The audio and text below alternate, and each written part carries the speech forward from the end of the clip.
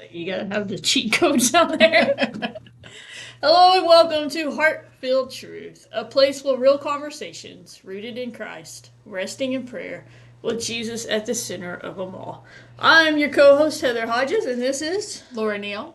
And today we are just going to share some of our favorite Bible verses with you guys. Yeah. I think in each season of life, we have different verses that stuck with us. The one I'm going to share today is one that has been with me since my teen years. Okay. And so that's like 20 years now, and that makes me feel old. But, but I'm going to share a story. It's when I went to Uganda at 17, 18 years old. I lived there for a summer. I went with a ministry, and I don't remember all the details of locations of where we were. I remember we flew in, we stayed in the inner city part at the capital, and then we traveled 5 hours by bus into like a village. And so we had kind of like a compound, they call it. And so we would come in, we'd fill up our gear, and then we'd go out to the villages and literally sleep in the bungalows and the bamboo huts for a week at a time. Oh, wow. And so in that, I was a picky eater, as I still am, and they served rice and bananas and beans, and Heather didn't like rice, and we don't like beans, and we do eat bananas. And did you learn to like any of these things? I did. The ministry we went with, they also brought breakfast bars. Okay. And so every day you had to eat a breakfast bar. And then they had a little, like a peanut butter, like 2 spoonfuls you had to eat to keep your protein up. And so we had nutrients, but we didn't have a lot of it. And so a lot of it they hired chefs from that, or not chefs, but local cooks for their, like national type food. And so they would have local food every night. And I really didn't eat a whole lot. I would be like, I got my breakfast bar, I got my peanut butter. But in that, we did a skit.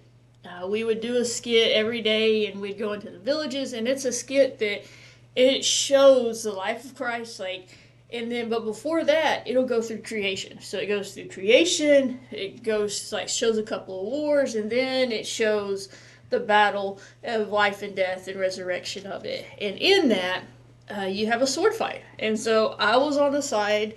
I had to be the bad side on that one. And we had this sword fight, and my hand got broke. And so it broke. It's called like a boxer's fracture. And I was young. I had braces on my teeth, and I was a blonde white girl at the time, that I still am. But I was a young teenager, and they said she's going to be with child. But because I had braces on my teeth, they refused to x-ray my hand. And so they believed that I was locked up or something to that effect. And so they would not x-ray my hand. And so my options were fly back home, or we had a doctor on the team, and we just duct taped my hand. Okay. And so I finished the next 4 weeks with my hand broke, but we duct taped it every day. And when I got home, I went to the doctor, and they're like, hey, we can re-break it, or you can live with it till you break it again, and we'll fix it then. I've not landed a bad punch since, and it still has a little kink in the bone.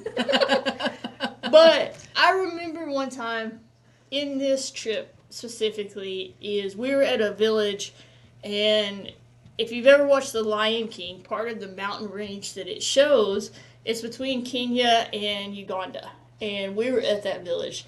And so I remember, we're looking out, and we're camping out here for a while, and my hand is hurting. I was sick in every way possible. And they would tell us to go off the trail, but don't go too far, or something might get you. They told us not to use leaves of 3, because that's poison ivy. Oh. And so you just found a big tree, and that's what you had. And so I was on this path, and I was mad, because I'm like, God, I came all the way here, my hand's broke, I'm sick, I'm not usable. And at that time, I was saying, I don't have a story to take back. Because as a kid, as a young person, you always want to be able to go back to your church and be like, I saw God do this, and God just kind of told me, he's like, what if you just take me back? what if you just go back to your home church and say, I got closer to God in this? And so the verse that really met me in that was, it comes out of Psalms 119. It starts at verse 57. It says, The Lord is my portion. I have promised to keep your words. I have sought your face with all my heart. Be gracious to me according to your word. I have considered my ways and have turned my feet to your testimonies. I hasten and do not delay to keep your commandments. And so it was like at that time when I was reading this and I go back to God being my portion, I go back to my grandma's cooking, and we've all overeaten and we get sick in our stomach and we're like, gotta go to the recovery couch. Yes. Or we eat just enough that we're able to do what we're supposed to do. And so in that moment, on this trail in Uganda, Africa, I allowed God to become my portion. And it was like, I don't care if I have a huge story to take back or if I just take back. I met God and he grew me. And I have and that's where I think sometimes in today's society, we want these big hoorah stories. And it's only about God. And it's what he does in and through us is the big. It's not, I talked to 5,000 people. It's like if you talk to one person and you planted that seed, you don't know where that ripple effect's going to be. I remember one time my husband's been a coach for over 20 years, and we were talking to this dad, and like we loved on him, and he went home and he loved on his kids, and now his son is a coach. He's married, he has kids, and it's like the ripple effect sometimes takes 10 years to see. Yeah. And I remember the prayers my grandma prayed. Like I was a wild-haired kid. Still kind of am. But it's like she saw in me what I couldn't see. And on that trip, like allowing Christ to become my portion, meeting me in the anger and the frustration is a lot of where I find myself even today with health reasons. It's like I just have to focus on him. And when we turn it all over to him, he's going to make our path straight. He's going to make where we need to be and how we need to be there. And so that's just kind of a little glimpse of where I've been with God and where he's taken me. And I don't know what's to come, but I'm excited. Absolutely. That's cool. I my go-to has always been Jeremiah 29:11. And it's mostly stems because I always wanted a big family. And I didn't get to grow them myself. And I really am kind of thankful because I get to see all of these people trying to name their kids. I didn't have to do like I just have to live with what somebody else named the child, and I only had to potty train one. So like all the rest of them came to me already named and already potty trained. It has been wonderful. It's definitely the way to go. I'm looking at the bright side here, people. And you didn't have 9 months of pregnancy, no pregnancy, no labor, it was great. It was great, but like God said He has a plan for me and to prosper me and my family, and I took that to heart when I really prayed that He would prosper my family. I didn't really think it would be quite that prosperous, but we're at 19, and it has been a very wild journey. And I tell people sometimes that it's probably the hardest question to answer now. How many kids do you have? Because when you say 19, they look at you a little bit funny, because you definitely have to explain that one. And then they were like, "Do you have a TV show?" I was like, "No." We got a podcast going now. yeah, right. Maybe it's coming. TLC, I'm available. But God met me in my anger, and He kind of turned that to be something very beautiful, and it got me some of the greatest kids that have really, really just turned out to love Him and have given me grandbabies, and it's pretty wonderful. But He really just knowing that he meets you where you're at. You don't have to get your life straight first. Like Yeah. that's probably the biggest takeaway is that he meets you where you're at. You don't have to fix this before I can go to church, or I need to change this before I can go, or there's nothing he doesn't already know. Like like there's nothing you're gonna change first to go to God, and because he's already at the table, he already knows everything about you, so you might as well just show up, because he's there with you. You just gotta reach out for him because he's gonna meet you where you're at, and he's gonna bring you all the way.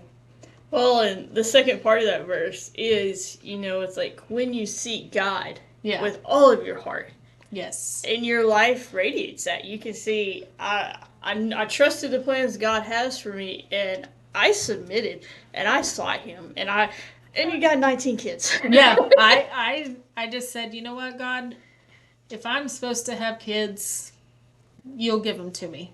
And boy, did he. And I say that sarcastically, but I have loved every minute of it. And just know that there were never more than 6 at my house at one time. Like They came in waves. they came in waves, a couple at a time here and there, but yeah, never really had more than 6 living with us at one time. But yeah, it takes you seeking him and trusting him fully to get to know what those plans are that he has for you. So loving and trusting him fully, and then seeking what he's got for you, and it works out wonderfully every time. Well, and so many times, if God shows us the whole picture, we would probably run. Oh, yeah. Like, and it's like, it's in the daily, one step at a time. It's in the daily of God, I don't have it together, but I'm going to trust you. I'm Yes. going to slow my life down and read your word. We go over the 5 P's with my kids. And every morning, as a human being, everybody in the world has to do this. They have to go to the restroom. Yes. And so I'm the mom of twin boys, and we just use the word pee. That's what we do in the morning. Yes. So the first one is everybody pees. But when you think of it in that, is what comes next is, okay, this is something leaving my body that I do not need. Okay, now I need to refill my body with what I do need. Okay, I seek God in prayer. I give God praises. I prepare myself for the day in preparation of reading the Bible and all that. And then at the end of it, we get to produce what God's called us to do. Yes. But it is in almost the cycle that sometimes gets, like ADHD kids like I do that. But I'm like, okay, if I go back to the routine that I know works for me, and I stay submitted to that, God's going to do what he's supposed to do. But I'm like the little chihuahua on a leash sometimes and go off and chase the squirrel. I'm like, okay, God, but every day we go to the bathroom in the morning. Every day I'm going to submit in prayer. I'm going to praise. I'm going to prepare myself in seeking God. And then the production comes. And it's not nothing fancy or famous, but it is in the life that God has called us to live. And for everyone, it looks different. Yep, for sure. And mine is the kids that I bring in, and because they're not kids that you would ever associate with coming from me. Most of them are not of my race, and every time I bring a new kid to church, my church family is like, "Is this a friend or is this a new kid?" And I love it. And they love most them. of your kids are like over 6'5". Yes. They're not short either. Yeah, a large majority of my kids are basketball players and are 6'5" and above. I have a few shorter ones, but not very many. But they're really great, and such godly. They're turning into much great godly men. So I don't have very many that are underage anymore. So Kind of feels weird. I know they're all young men now and young women. So I only have the one 12-year-old, and he is just getting closer to being an adult every day. I only got like 5 years left with him. Stop counting. Okay, we're done. G is the same age as her voice, so.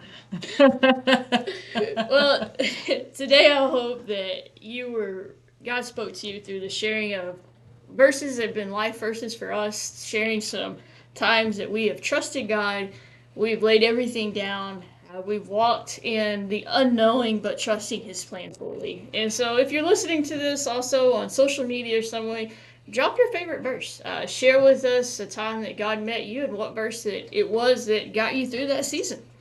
Yeah, and if you have something you want us to talk about, drop it in there too. And if we can work it into a podcast, we sure will. So thanks for joining us today on Heart-Filled Truth. May truth shape your heart, prayers steady your spirit, and Jesus remain at the center when you go. Have a great day. Peace. Bye.